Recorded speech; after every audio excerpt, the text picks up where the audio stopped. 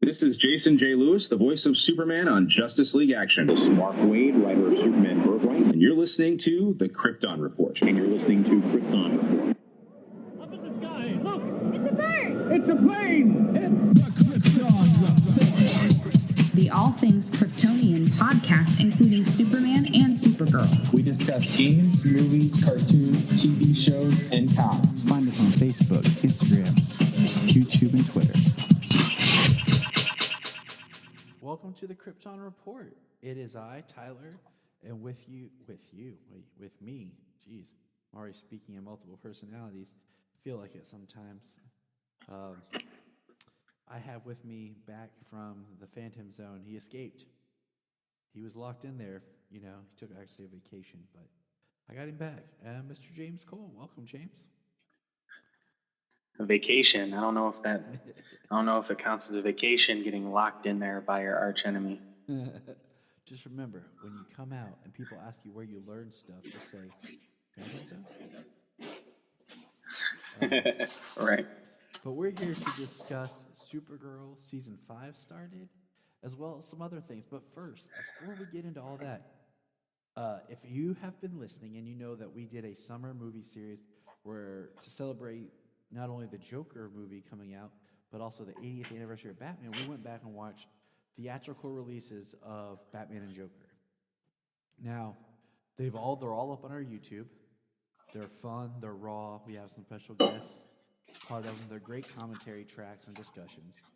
Now, our last one that we did was for Suicide Squad. And for the 4 to 5 years that I've done podcasting, this was the most technical nightmare that we've ever had. Poor James's microphone kept dropping. It would spike up, it would go down. My Blu-ray player is going out, so certain parts of the film would just stop or stutter or jump ahead or back up. My kids decided to spaz out on me, even though Solomon was excited watching it, and then Sayla woke up in the middle of it and then got excited that Harley Quinn was there, because that's what she's going as for Halloween. So that one is beyond editing repair. Like, it is hilarious to listen to for myself, but I would not put it out there. So James and I are going to quickly kind of discuss some high points about Suicide Squad and Jared Leto's Joker, because that's what we were kind of focusing on, was Joker. Now, here we go. We'll kind of try to keep this brief, and I'll start. One, Suicide Squad is messy as a film, is from an editing point of view. The beginning of it is a lot of just quick cutting, piecing together some awkwardly placed things. The film should have opened with Amanda Waller presenting the dossier. We should have met all the Suicide Squad members there. The opening scenes that we got of Harley and Deadshot should have been put in there, so that we had a better pacing. They should have introduced us to Slipknot, just like they did with Captain Boomerang and everyone else, so that when he does die, we didn't already know he was going to die. The casting was good for everybody. I think everybody was on point. There was miscasting as far as character of doing the Enchantress. The Suicide Squad should have had nothing to do with anything supernatural. She shouldn't have been the villain, and we've heard recently that David Ayer had said something about that Steppenwolf at one time, or was the villain going to be in it before Justice League and all that? Because once Cara Delevingne's Enchantress gets hooked up with her brother, she's basically just a CG creation that stands in front of some sort of light in the sky machine that makes no sense. I still think they need to release a director's cut more than the extended cut, because David Ayer has a lot more he said he shot. We know there's more Joker scenes. I think that about sums up a lot of it up until the Joker. So, James, any high points? I love the Batman in Gotham at Christmas versus Deadshot scene. I think that's pretty epic and awesome. I'm not a huge fan of El Diablo going full, like, burning monster thing. Kind of seemed way out of place. And The Bruce Wayne stuff at the end didn't quite make sense because he already had all the information, unless he was trying to erase their stuff from Amanda Waller. It should have been much more about Batman visiting her than Bruce, about her Suicide Squad, and about Harley or something. It seems cool, but it just doesn't work right. That's everything really quickly on Suicide Squad before we talk about the Joker. And James, you go. You were talking about the editing and stuff. We discussed how it seemed like a lot of the stuff, especially the relationship stuff, different things with the color grading and stuff like that. They chopped it down to be like montage points where they were probably more story development between Harley and the Joker, because they've said that they shot a lot more between those two. I mean, I've always been fine with Jared Leto's Joker. I have wanted to see more. They cut out of everything except for the Joker wanting to get Harley back. I mean, you feel that from time to time that Joker can be obsessed with Harley and having her around. It's just his random personality. He's either obsessed, extremely obsessed, or he could care less, and we only got one side of that for the dysfunctional relationship of the movie. We had discussed that there's, especially because we watched the extended cut, that there's a lot more character development within the movie.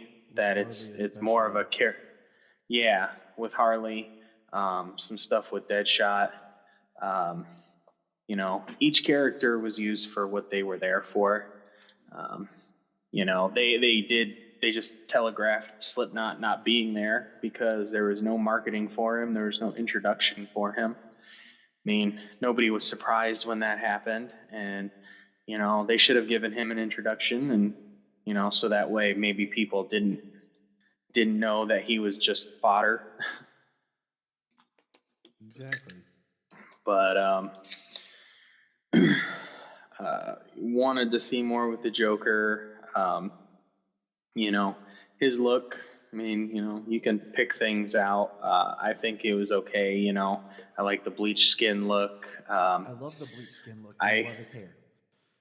I like how his hair is really green, like really green. And I like that he is somewhat of a gangster. They only showed some of that where he's like where he's out and about, because there are times when he's just underground. They only showed like the highlights of him. They really played up the Prince of Crime. He took notice. He liked the nicer things.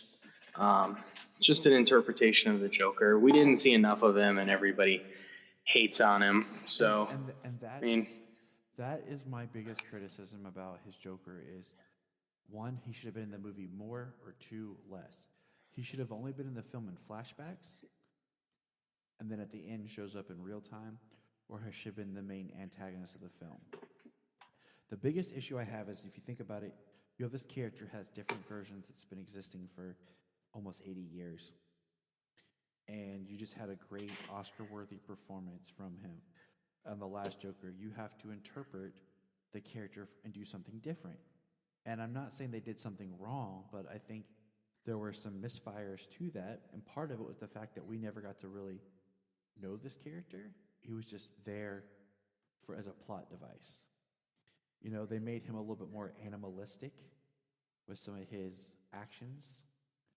Kind of reminds me a little bit of the Joker on The Batman, which I'm not a fan of that Joker at all. And his look was, if you look at the modern day quote unquote gangster and David Ayer's style. He falls in line with that. I don't particularly like the face tattoos and some of the stuff. Yeah, I think the face may be a little bit far, but the rest of the body tattoos, I mean, Joker has had tattoos, but it depends on to the varying degree what kind. He had the tattoos, so he liked to have his shirt off. Not to mention Jared Leto's ripped. Yep. But you know, and you can believe that his Joker is not only intimidating because of his crazy and maniacal nature, but you know, he could be a physically intimidating Joker, not like huge and towering over people, but you know, he can handle himself. Yes. And, you know, this isn't a Joker that's always just getting pummeled by Batman without ever being able to land but a sucker punch. You know what I mean? We see his goofiness. We see his... What I like about this Joker is his ability to kind of be funny and playful and then all of a sudden turn it and be scared. And be scared, yeah. And, you know, there was never, lack of a better term, with any of the other Jokers where I kind of felt comfortable. Like, oh, like, you know, kind of like, I was thinking back of the Mask of the Phantasm scene where he's like, oh, there it is. There's the smile. Nothing's too bad for my pal Sal. You know, and you have Salvatore smiling, kind of like he lowers his guard, and then the Joker, like, turns it and starts laughing. I felt like Leto brought that, where he would be like scary and then flip it. Yeah, you could see that in, in the club scene where he goes from being like eccentric to just common calling Harley a bitch and a bad bitch, and you could see it flip. Subtle change in his facial expressions and everything. You could see it flip, and you're like, oh well, that little change, like you're like, this guy's not gonna make it out of here, and he didn't. and then his personality, his extreme changes, intimidating and making you feel uncomfortable, like he did to the head guard in the casino in the kitchen. Which is my favorite scene. Blah, blah, blah, blah, blah, blah, blah. Yeah, there was more of that before editing got to it. Yeah, and that's the thing is, so much of everything got cut out by editing that his performance disappeared. I mean, there's evidence in the trailer of more of him. There's more. And they marketed it as with a lot more Joker, and then he barely showed up in it. So that was just a problem. And, you know, there's more with the movie when it comes to good and bad. And, but, you know, with us talking about the Joker.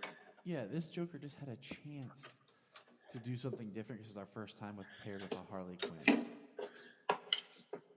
So we were going to get to see different things out of this Joker than we hadn't seen. It was going to help it, you know, really separate it. And we didn't get a Batman and the Joker scene together. Like, there's never a scene of them together. You have Batman on top of the Joker's car, but they're never in the frame together. Yeah. And it's just one of those things we've had to kind of move on with because, you know, Affleck's left the role, and that's where we're at, you know. But I just hate when people hate on Leto's Joker without... It's so hard because you got to think about the performance, what he was trying to do, what he was given, and he was trying to be something different than what we had, which every Joker has been. But he got cut down so much that it just feels off because you don't get time with the character. Like the scene where he's in the room with like all the knives and random stuff that we don't know about. that Johnny Frost walks into. Mm-hmm. You know, we have that scene. So I don't know. I like it. I would have liked more, because you know there's scenes. The baseball bat that Harley uses was the bat that he killed the doctor with when they take over Arkham, and you know there's some dialogue about, you know, Harley left him in a black hole where she scrambled his mind even more that he don't remember. And you and I had the talk that if it was supposed to be like, I don't know if it was a scene that was filmed or not filmed, or if it was just like a canon that the directors and producers had created, that the grill for his teeth was because Batman busted his teeth in, supposedly at the death of Robin. And if you look at Batman's gloves and everything, it's like brass knuckles and stuff were built into his gloves. Oh yeah, when Batman hits you, he doesn't want to turn his back, and you're still standing. You know, so that was something that was at some point maybe going to be explained. And you know, we never learned what Robin it was. We never learned about Joker and Harley killing Robin. We never had which is a twist to the canon, but you know, I mean, if you condense some of the timeline a little bit, you know, there's nothing saying that it couldn't be different. Think about Batman Beyond / The Return of the Joker, how it was Joker and Harley that kidnapped and almost pretty much killed Tim Drake. Mm-hmm. There's nothing, you know, the stories can't stay the same and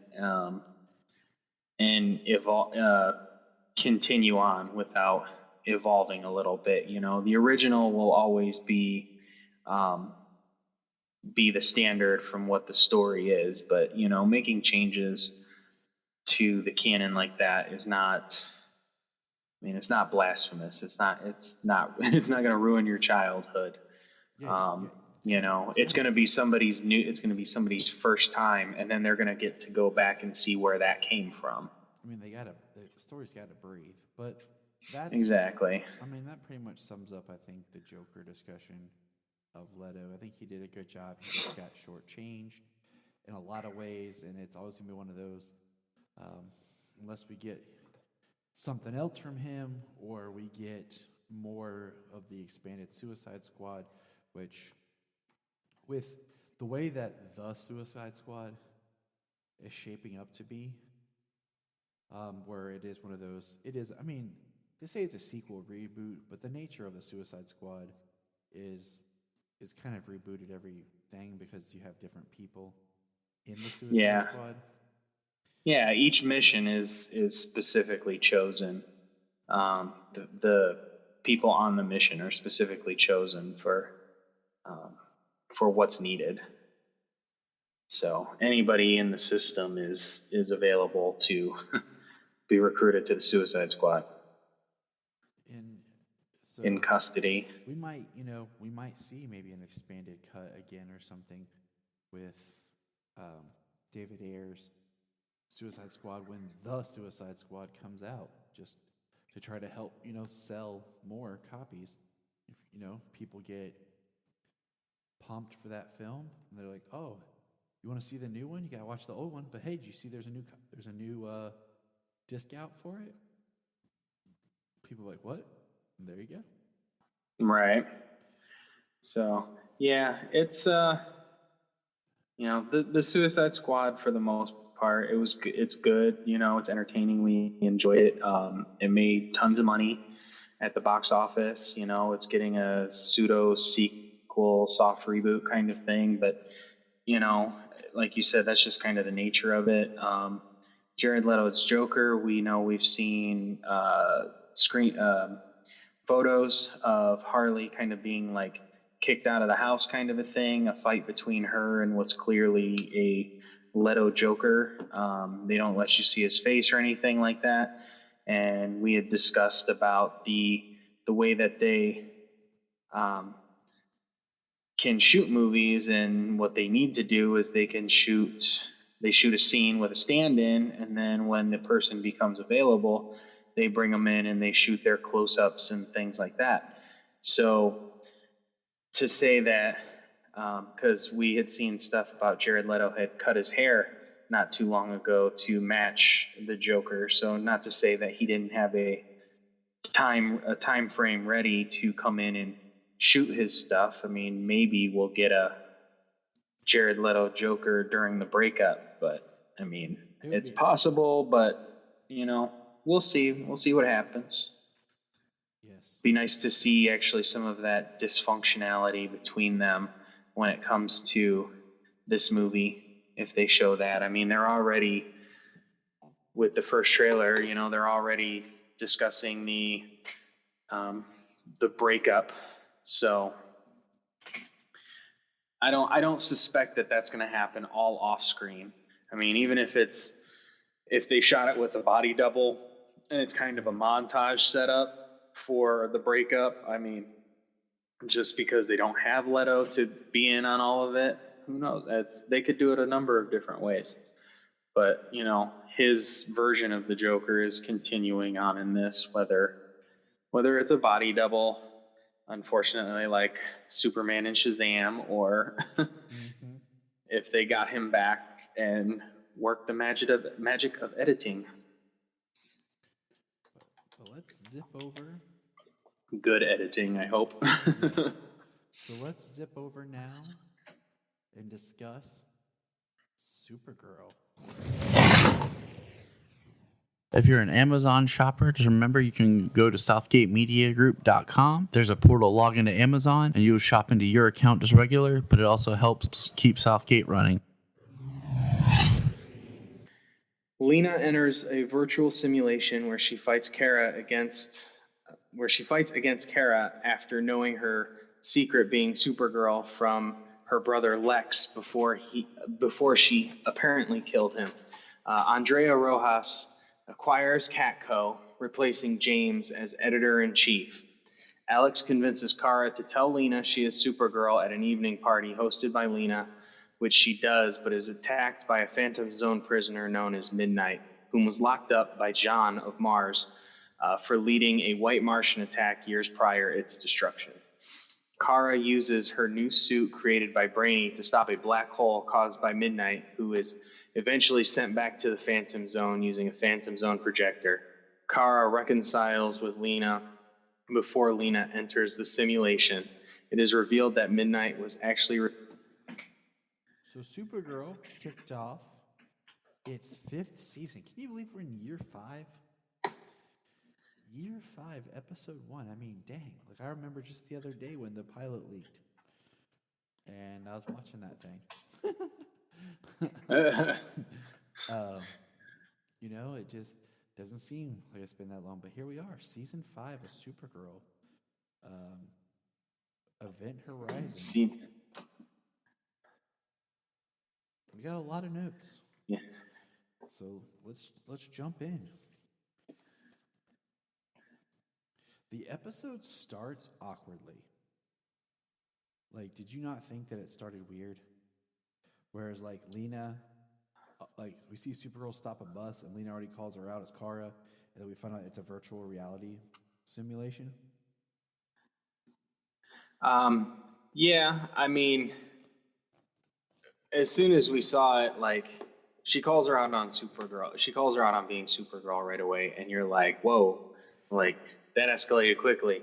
Not getting any time, but then she hits her and sends her flying into Oblivion. Yeah, sends her flying into Oblivion. Sends her flying into the bus, and there's a big explosion and everything, and then you hear Lena end simulation. She comes off with the cool new virtual reality contacts that they have. Yeah, and then we get a new title card, which is all like digital. So technology is our villain, like this season. That's kind of the vibe that I'm getting here. Well, I mean, technology is the commentary of this season. More or less the distracting nature of technology. I don't think it's going to paint technology as bad, but the abuse of technology, abuse when it comes to people being locked into it day and night, all day. I mean, these days there's countless accidents of people on their phone crashing into one another and rear-ending people and all this other stuff. So it's not like, so I don't think they're going to paint it as bad. I mean, the world is in a lot better place due to technology than it has been in a long time. But also, it certainly had its share of negative side effects. Mm-hmm. So, like the political commentary last year for the fear and the hatred being spread in the world from the media and from politicians, like it was far from escapism when it was so prevalent in the world. Yes. You know, so it wasn't very much escapism, and they used it very heavy-handedly. So maybe they'll lean off of that a tad this season. You know, give us characters to work with. Yeah, and that's kind of what I'm hoping for, because I'm right there with you. Last season, I mean, it was good, but it wasn't for us to get away. You know, it was. Remember all that stuff you see on the news that you're bummed out about? Well, here's some more. Exactly. So it was slightly off-putting when it did so much of that last season, especially since they had so much good material with the Elite and the Red Daughter and Sam Witwer. Didn't matter who he played. Sam Witwer being a villain, like they had a lot to work with last year, and I'm gonna bring him back up later in this episode. Are you? Okay, wait. I'm just gonna skip to it now because we're not really going in order. The actor who plays the new reporter at Catco, did you catch who that was? He looked familiar, but I couldn't place him. That's Dax, aka Doomsday from Krypton. No way. yes way. So that is the second Doomsday actor to appear on Supergirl. Fantastic. I was thinking, like, man, if Sam just walked in for this one scene or something, and like we had double Doomsday. But yeah, I was looking at him. I was like, man, he looked familiar. Got on IMDb, and there it was. I was like, Krypton. So we have our first crossover from Krypton on Supergirl. Well, best place to put it. I mean, yeah. Don't want him on any other show. We get enough references of, that person was on Smallville, or that person was this. Now it's like, hey, they were on Krypton. So you were in the DC family now. So I do like we get another reference that the DEO had prisoners escape from their desert facility. So they still do like to drop that in for us. And we got mention of did the Catco set looked a little different when this started. I don't know if they just were shooting it from another angle. It kind of felt just different. It kind of made me think back to whatever happened with Snapper Carr, like the most miscast character and poorly used character. I mean, it didn't stand out to me that much, but it's something I heard, and I was like, I have to look and see if they did something, move stuff around or whatever, you know. We learned that Catco's been bought by Andrea Rojas. And she's the owner of Obsidian North, the tech company that made the VR that's pretty much taking over their world with their VR. As we learned that Jimmy's sister has gotten a job with them, and they're in the Catco building. we learn that there's a Superman museum that's pretty awesome, where the voice of Velma, if you're a Scooby-Doo fan, is working, and we see the ship that brought Superman to Earth. Is she the voice of Velma? Because I've seen her on a whole bunch of other things, and I recognized her immediately, but I didn't know that she does the voice of Velma. Yep, she's the new voice of Velma. She was also, I knew her originally as Roz's girlfriend for a season in Big Bang Theory. Mm-hmm. She was a clerk in How I Met Your Mother. What else have I seen her in? I know I've seen her a couple of times. She's a character actor, a bit actor in a lot of things. She's supposed to, be somebody and show up more later, so that's cool. Is she? That museum was awesome. Oh, yeah. They're like, donated from Superman and Supergirl. I'm like, yeah. Who else is going to donate stuff from Krypton? Right. Stuff that's broken and can't be used and stuff that's not dangerous. And then all of a sudden, Supergirl and Martian Manhunter are fighting a T-Rex. And I was like, man, if Solomon wasn't in bed, I should have got him. I will say I was a little surprised that Supergirl came on at 9. Because in my brain, I still had Supergirl at 8. And then Batwoman was going to be at 9. And they were going to use Supergirl as the returning show to segue into the new show. Right. I expected it to be on at 9 because, there's certain restrictions lifted. Not a whole lot, being a network station like the CW, but... Yeah, right. You have your family shows on first, and then after that, it's, as you go later into the night, it changes. So I just expected Batwoman to be the 9 o'clock show, and it wasn't. But yeah. So Solomon was already in bed by the time that happened. So I got to show him that scene. But it started well. William Day is the reporter that was Dax. Mm-hmm. And we get to a point we find out that Catco is basically going to become a media outlet about clicks, because everything's about clicks and getting likes and clicks. And, they have new contracts. I don't know how that works legally. If somebody buys you out, if you automatically get a contract renewal or anything like that. So, they're all kind of in this weird place. Typically, I don't think it usually works like that. I think they usually buy an existing contract, and they have to honor the existing contract until it's up. They don't automatically issue brand new contracts. I'm pretty sure that is not how that works. Yeah, or you have to negotiate your contract. So she says she has this, they can't quit. She later tells Kara she won't fire her, so that's kind of sucks. Yeah, the non-compete clause, she threatens all of her journalists.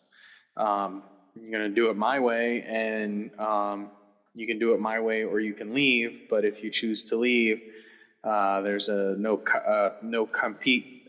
competition clause where they cannot go work for any competitive media outlet as a journalist for 3 years, the duration of their contract. So basically being out of the game for 3 years. And it's interesting. We learned that Kara's going to win a Pulitzer, and they're going to be honoring her later. And Lena is going to be delivering a huge piece of news to Andrea Rojas at 9 o'clock. Are you going to be saying it like that all season? I might. I don't know. That's how she introduced herself, so I might have to. Okay. And so we get that Kara wants to tell Lena, and Kara's cape got damaged in the battle, and Brainy is going to make her a new costume. And that's one of the big things about this season was Kara gets a new costume. And he gives her this microchip thingy that we can't see, and she puts it on her glasses, which I thought was... How convenient. I thought was pretty... A microchip. I thought it was pretty dang dumb, but... Yeah, I did not like the execution of that. Oh, here's a nano machine that sticks to your glasses, and when you whip them off, you automatically have this costume stuff. I mean, Yeah, they're on your glasses. T1000 like suit form over you. They're on your glasses, okay? Yeah, I would have preferred a freaking little shield or something, and it expands from the shield. Like she just, I don't know, slaps a shield on her chest or something, and just like they might as well have gone that way. That's what they did in the New 52 with his suit when he got his bio armor. Was like a little House of L symbol that was real small on his chest that he could touch, and it would expand. And you know what? For a modern age, I like that idea of a suit because let's face it, she wears some tight clothes on that show. Oh yeah, okay? She does. And when she does the scenes where she does the shirt rip, I'm thinking, yeah, there's no skirt, boots, or cape under that really tight outfit you're wearing there. Right. Kind of see that bunched up, your cape around the back of your waist, something like that. That's why Superman always wear like bulky clothes, and and then in the Snyderverse, we never actually saw the shirt rip to the final scene. And if you really study that scene, he's wearing like a big trench coat and stuff like that, where you can kind of be like, okay, maybe he did have that under his clothes. But no, the heat ain't gonna get to him. Yeah, so it's like okay, but for us people who think about some stuff, I can only suspend disbelief so much. The Flash has a suit and a ring, okay, people, so that he can shoot it out and nobody knows. Yes, he's wearing a ring with the Flash symbol on it at all times. Maybe they just think he's a fanboy. But yeah, the one thing about the suit, and you brought up the shirt rip. She would always take off her glasses and rip open her shirt. You got the iconic shot of Kryptonian revealing the S on their chest. You know what I mean? It's classic. Well, now that's not going to happen. She doesn't have that S on her chest. Like, I'm okay with it. It's different. Like I would prefer, like to her to rip the shirt. Well, that might be a little explicit. I don't know.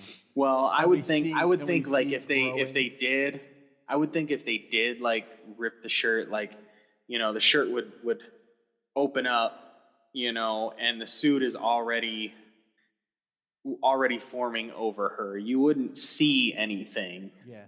You know what I mean? Just except for the suit. Then why would you need to rip the shirt?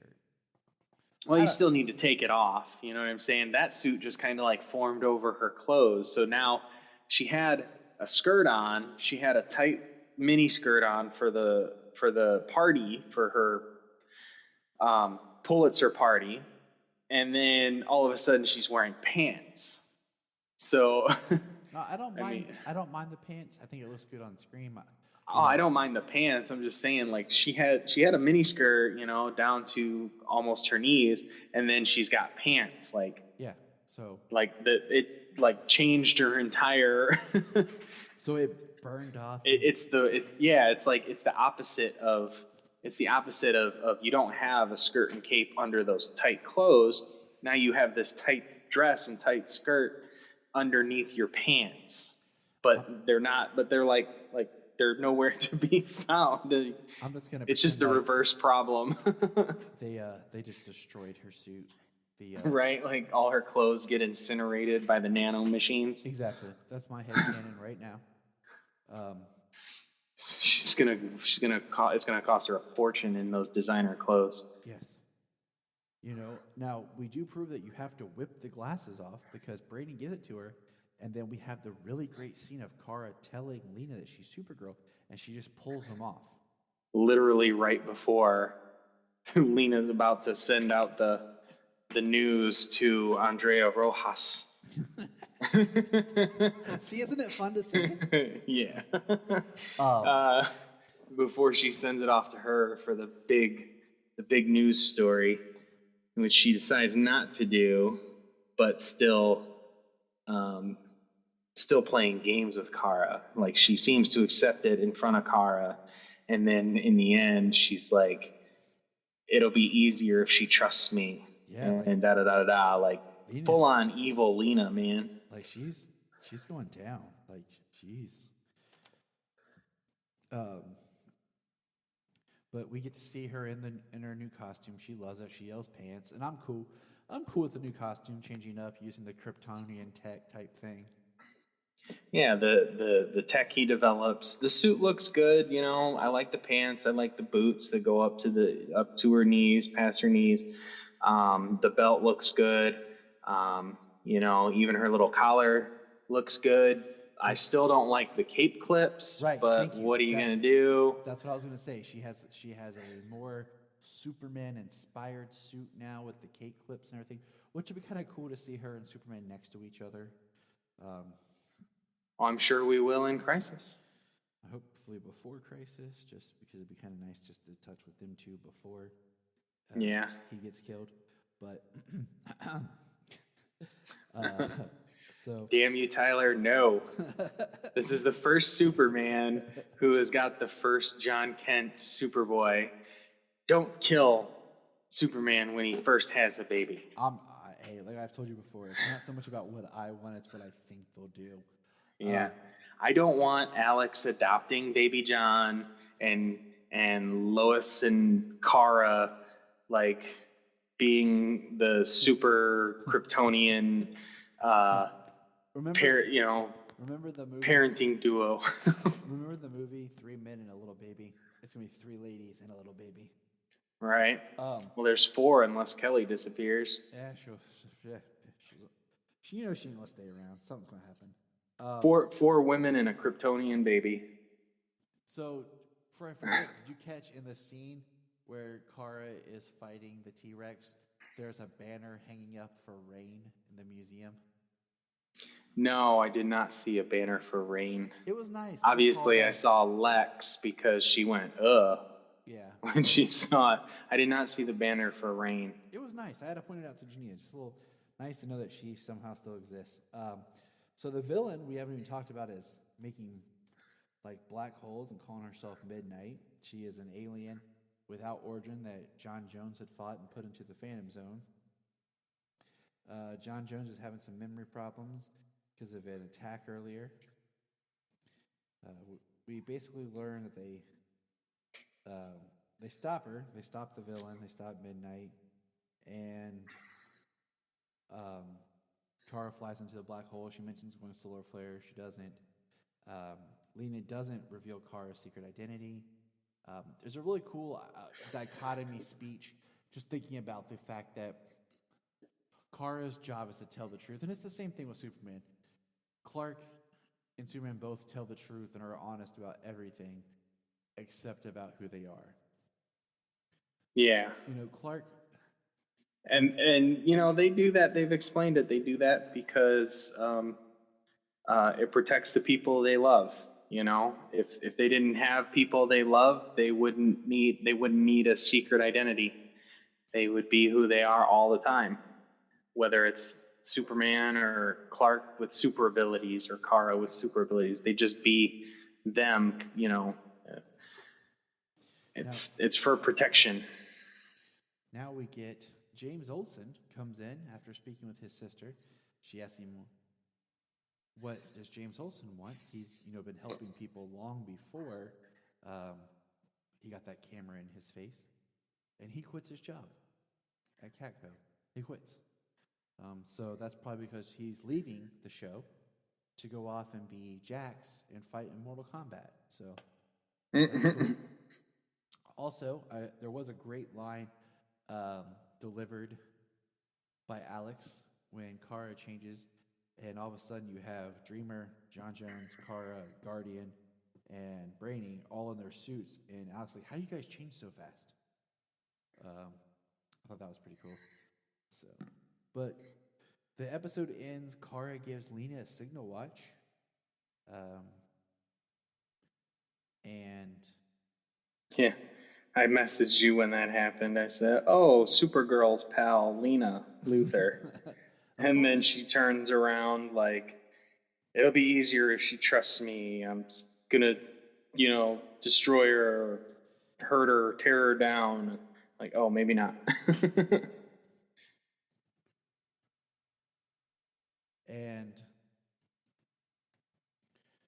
it's interesting, just because Lena still is like that's when we got like you said the scene where we see that she still is against Kara. She's not forgiven her, and that right there. I think is the defining of Lena's character right here. So we'll see how that plays out. We'll see where that goes. So the one thing we didn't really touch on at this point, though, was the shapeshifter who was a little girl, and the T-Rex which was shows up at John's detective office and reveals himself to John. He's a shapeshifter and that he's a Martian. And do you know who voices this Martian? Malafa'ak. Phil Lamar is the voice. I didn't know that until I just saw it. Which is amazing. Yes, Phil Lamar is amazing, and he has got a pedigree of DC voicing. I wish they would just bring in to be Malafa'ak when he changes into a human form. Right. Oh man, I just blanked on his name. Oh no, Phil Morris. Oh yeah, that would be awesome. That's who I want him to be when he turns into his human form. Yeah, Phil Lamar's voice for Malafa'ak when he's in Martian form, and then Phil Morris as his human form. Oh, that'd be fantastic. And the other live action. They're not gonna get General Swanwick. Oh man, I was gonna bring that here. up. All right, let's do that in here. Let's do that in. So okay. So Zack Snyder tweeted out and posted on Vero that basically he had plans to make General Swanwick basically Martian Manhunter in disguise. That was in his original idea for Justice League. And then people have come back and said, oh, so that's what Unite the Seven meant. And it's kind of like he released some storyboards. And I'm like, that's cool. People are saying, oh, so in this scene, no, the scene that he's referring to was never in the actual Justice League movie. It's in the storyboards. There's a photo that was released that Snyder released of Martha and Lois having coffee in the house. That was not in the film. That's what the storyboard is referencing. I think that's awesome, but I don't feel like maybe it was always there. That's one of those things they came up with, maybe doing BVS, and they could slip it in. Just because we go back to our discussion about Man of Steel, that they weren't planning on building a universe out of Man of Steel. That wasn't the goal. Because if they were, they would have planned in stuff like that. They would have probably done something better with Colonel Hardy, made him like a Steve Trevor Jr., or they would have made him like Hank Henshaw or something, because I think that would have been pretty awesome. So I don't feel like if I go back and watch Man of Steel, I'm not watching Swanwick as Martian Manhunter. Yeah. I feel like that was just one of those things that they wanted to do that they didn't get a chance to do. But it's just kind of cool to know that that's where that could have went. Right. I mean, that may have been one of Snyder's already pre-scheduled pickup shots down the line in the months between him leaving and the time the movie came out, because he left in May, right? March or May? March.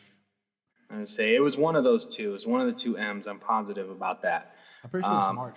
I think it was before, or maybe he left in May and the suicide was in March.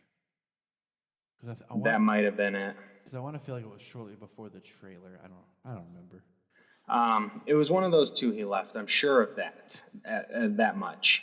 But he was, he had months between the time the movie would come out and the time he left. So I guarantee there was already pre-scheduled pickup shots, but once he left and the reins were open for the studio to do what they wanted to do with the film and bring in Joss to complete what they wanted him to complete, I'm sure things changed at that point too. So, but anyways, Malafa'ak. is there. And that's where we end this episode, because the last shot is Eve Tessmacher coming out of a restaurant and getting kidnapped. And we know that Leviathan is coming, which I think is pretty crazy. Some of those out there, they're already using the idea of Leviathan to some form on Supergirl, with Event Leviathan has one more book to come out, and it'll be, what, next month? Yeah. Five just came out. yesterday. Just came out. Wednesday. Yesterday. Which I have, and I have not gotten to read yet. I've gotten a couple of weeks behind on all my books, my online reading, my DC Universe reading, my purchases. Gotten behind on stuff. Have to catch up. It's all good because, yeah, me too. Like I had been reading every single. I've been reading every single issue that is titled. That's got the event title of Year of the Villain. So when it comes to Batgirl and Catwoman and Hawkman and the Terrifics and you name it, Red Hood, Nightwing. I know I'm missing something, but you go down anything that's had I want to see what Lex has given people to enhance all of these villains to be able to get the advantage over all of their heroes. Mm-hmm. Been very curious to see what a lot of these would be, so I've been reading a whole bunch of it, but now I got a couple of weeks behind.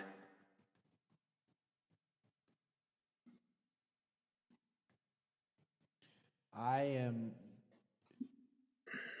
giving up on Deceased until it finishes, then I'm going to read it straight. So, well, I've been collecting the horror movie variants, so I got lucky because I didn't decide to start getting the horror movie variant covers until issue 2. So I got issue 2, and then I wanted to find issue 1, and then 3 and 4 had come out since. Mm-hmm. And I stopped in the new comic book store that opened up near me, and I was looking through their comics, and they had issue 1, the It horror cover variant, bagged and boarded. So I bought that. A little more expensive than when it was brand new on the shelf, but it's okay. Yeah. It was only $8. It was only twice what it cost when it came out, so that's not too bad.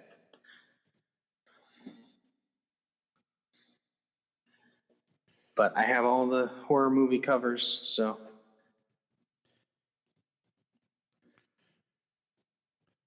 So that's going to take us out of Supergirl.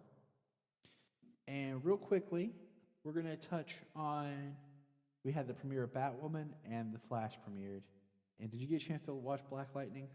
I have not gotten to watch Black Lightning yet. All right, that's cool. We'll hit on Batwoman and Flash real quick. So, Flash. I loved it. Dude. I laughed so hard. I need to go back and watch the episode because I think I missed it because it opens with a flashback and he has his old suit from last season on. And I think I missed them either saying something or like the first scene of him in the present with his suit on, because it just seemed like all of a sudden there it was. And usually there's some sort of explanation when the suit changes. So yeah, it's usually just an update in between seasons. Yeah, because like at the beginning of season 4, and off-screen stuff, Cisco says, "Hey, I updated and made you a new suit." And then later it gets especially from season 1 suit, you know what I mean? That's bare bones. So. And then there's later where they update a little bit more because it's based on the thing that Flash saw when he was in the future with himself. And then the last season suit was given to him from the Ring by XS. But yeah, this new season looks dope. His suit, the best suit we've got from him. And the episode was good. I really want to rewatch it. I'm always excited for this show. This is my family show. This is the one that I gather the kids and everything. We watch Flash together. And I'm a little worried about blood work. I don't know, he just seems like a creepy like concept of a villain, like blood manipulation and everything. Like, I don't know, that could get disgusting. You know what I'm saying? Yeah, I don't know. I know he's a recent character in the comics. He doesn't have a whole lot of history to my knowledge, and the name. I haven't read those issues, so I don't know how he works, how he operates. But yeah, like no time at all. He's the bad guy. He's the villain pretty much outright. Like he gets Caitlin because he gets to Caitlin, friendly, you know. I like the actor. If you ever watched Heroes, he was Mohinder Suresh, which I like him as an actor. He was also in an episode of The Office. So yeah, he gets to her right away. He wants dark matter. He has developed a cure for cancer or certain forms of cancer. It turns out that his blood, he shows some of the test results for his blood, and it's basically like 100% odds that he's going to be coming down with cancer himself in his lifetime. Yep. And die like his grandmother. So, he develops a cure, basically. And, like, Caitlin knows exactly what being exposed to dark matter can create. Not everybody who is exposed to dark matter becomes the Flash or, Killer Frost or Ralph Dibny, Yeah. Yeah, we're not talking about you, Cisco. That's a whole nother thing right there. Well, he turned his back on it, so what are you going to do? Yeah, I know. It made me mad, but that's another debate that you and I'll have another day. Well, especially since, back in, which crossover was it?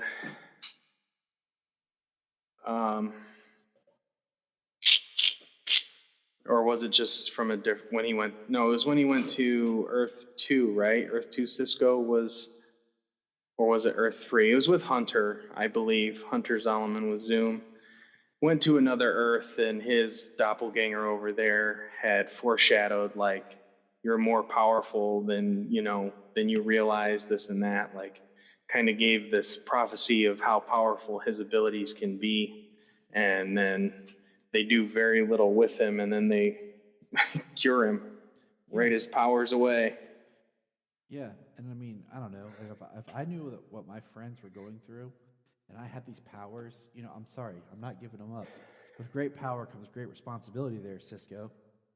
But that's a whole You think Peter wanted to give it up a couple times? Yeah, he did. Okay? He did. But yeah, so I mean, they're off to good. There was no Wells in this episode, so it's kind of sad. I really like Tom Cavanaugh and the performances he does, so it just kind of sucked that we didn't get any kind of Wells in this episode.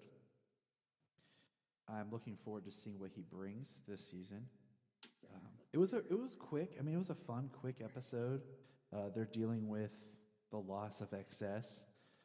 Iris and Barry both are. Iris seems to deal with it more in a different way. We got to see Godspeed again. And we find out they've captured several Godspeeds. And as Solomon calls it, White Flash. That suit looks pretty awesome. It does. And I like that suit. It definitely looks like it's a mixture of CG and an actual suit. It's probably maybe the second best speedster suit, other than Barry's, if not the first best alternate speedster suit. I don't know. The rival's still the worst. But yeah, that's the Flash. I'm excited for it. Yeah, and we get a ominous prophecy that the Flash will die in crisis from the Monitor.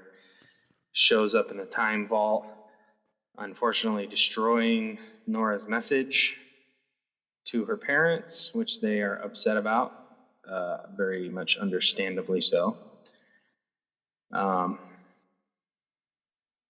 but he tells him Flash is going to die, and yeah, it's going to be, there's going to be pre-crisis Flash, and then there's going to be post-crisis Flash. Like, things are going to change come December and January. Which is going to be interesting, but status quo is going to be reset. So that brings us to the new show of Batwoman. So what do you think, James, of the Batwoman pilot? I enjoyed it. I like Ruby Rose. I've liked her in the majority of everything I've seen her in. I haven't watched Orange is the New Black, but I've seen her in a bunch of different movies. She's a character actor. She's been in physical roles. They had good action in there. I guess I heard the exterior shots are like Chicago, so the Gotham kind of is reminiscent of Batman Begins and The Dark Knight. So hopefully, and plus I'm sure they'll probably have some of their own stages and also shots like in Vancouver, kind of like mix them together, create their own original Gotham.